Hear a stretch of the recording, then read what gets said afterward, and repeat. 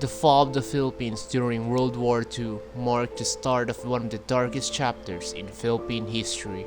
It saw to more than 500,000 deaths of Filipinos in a span of only 3 brutal years of Japanese occupation. But how exactly did it start?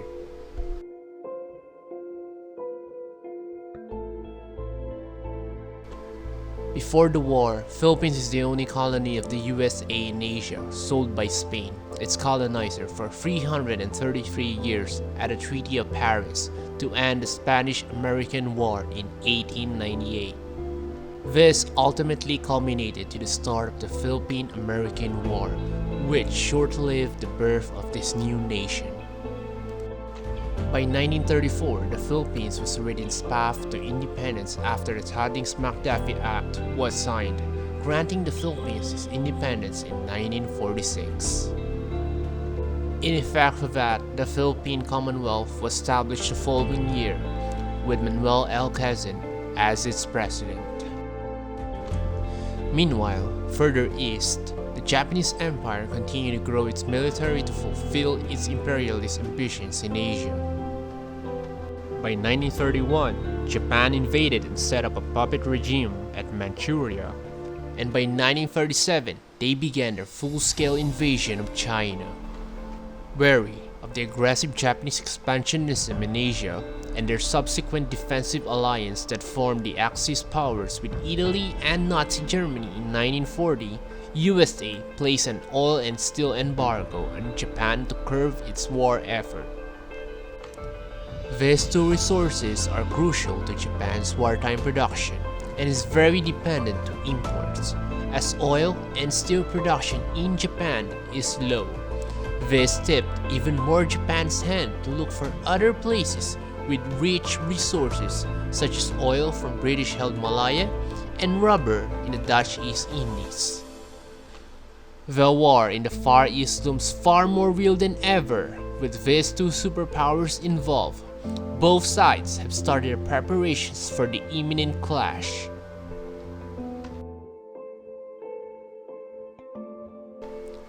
The United States was just still recovering from the effects of the Great Depression before the war, and their armed forces are very far away from its peak they are known to.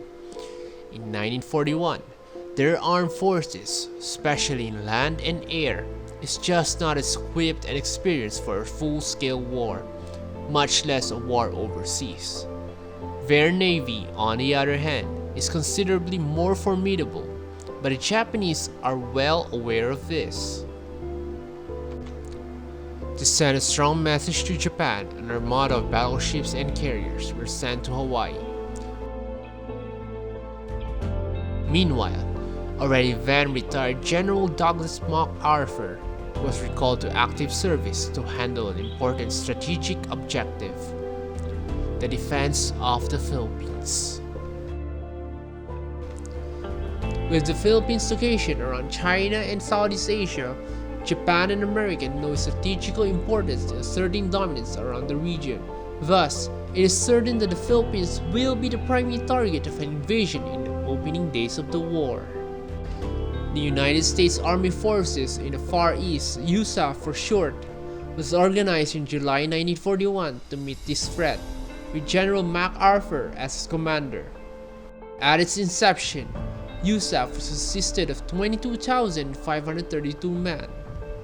The numbers would soon rise up to approximately 120,000 once the 10th Reserve Division Commonwealth Army of the Philippines was activated, and the inclusion of Philippine constabulary members, as well as the divisional and provisional units formed after the start of the war. 85% of these men are Filipinos.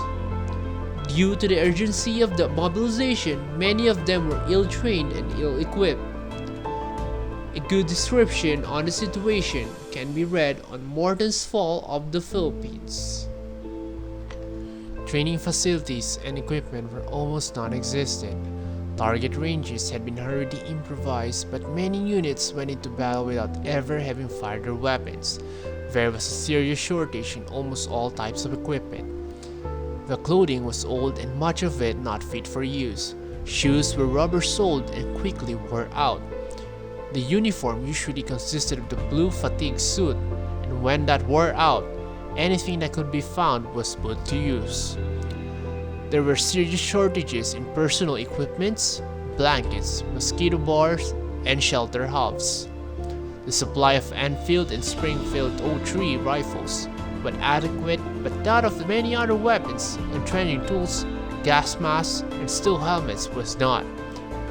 After the outbreak of war, units secured supplies wherever and whenever they could, and the amount was usually dependent upon the initiative and energy of the individual supply officers.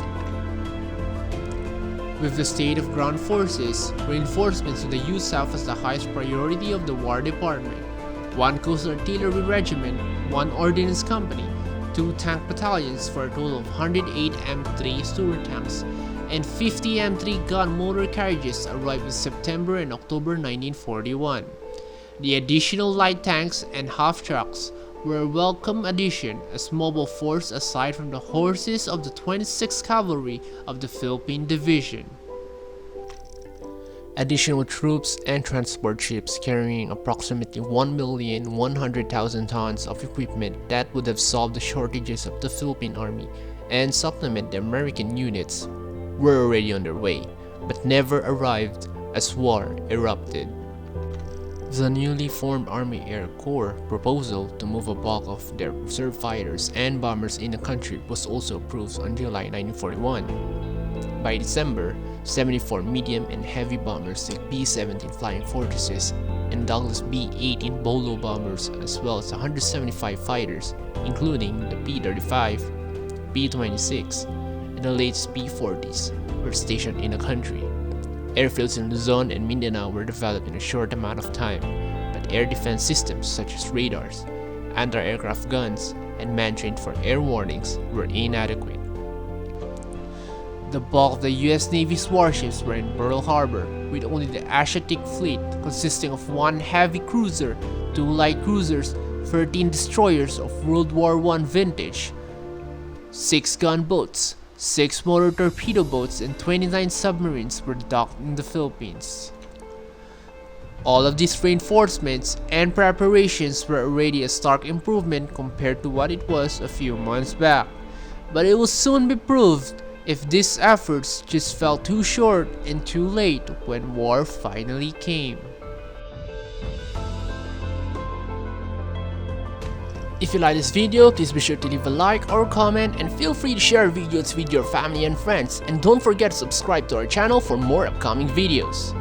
You may also reach us through our social media accounts and donate through our Gcash, BPI, and PayPal accounts to help support the channel. You can see further details in the caption. Feel free to let us know what other topics you would like us to discuss next time. Thank you and mabuhay!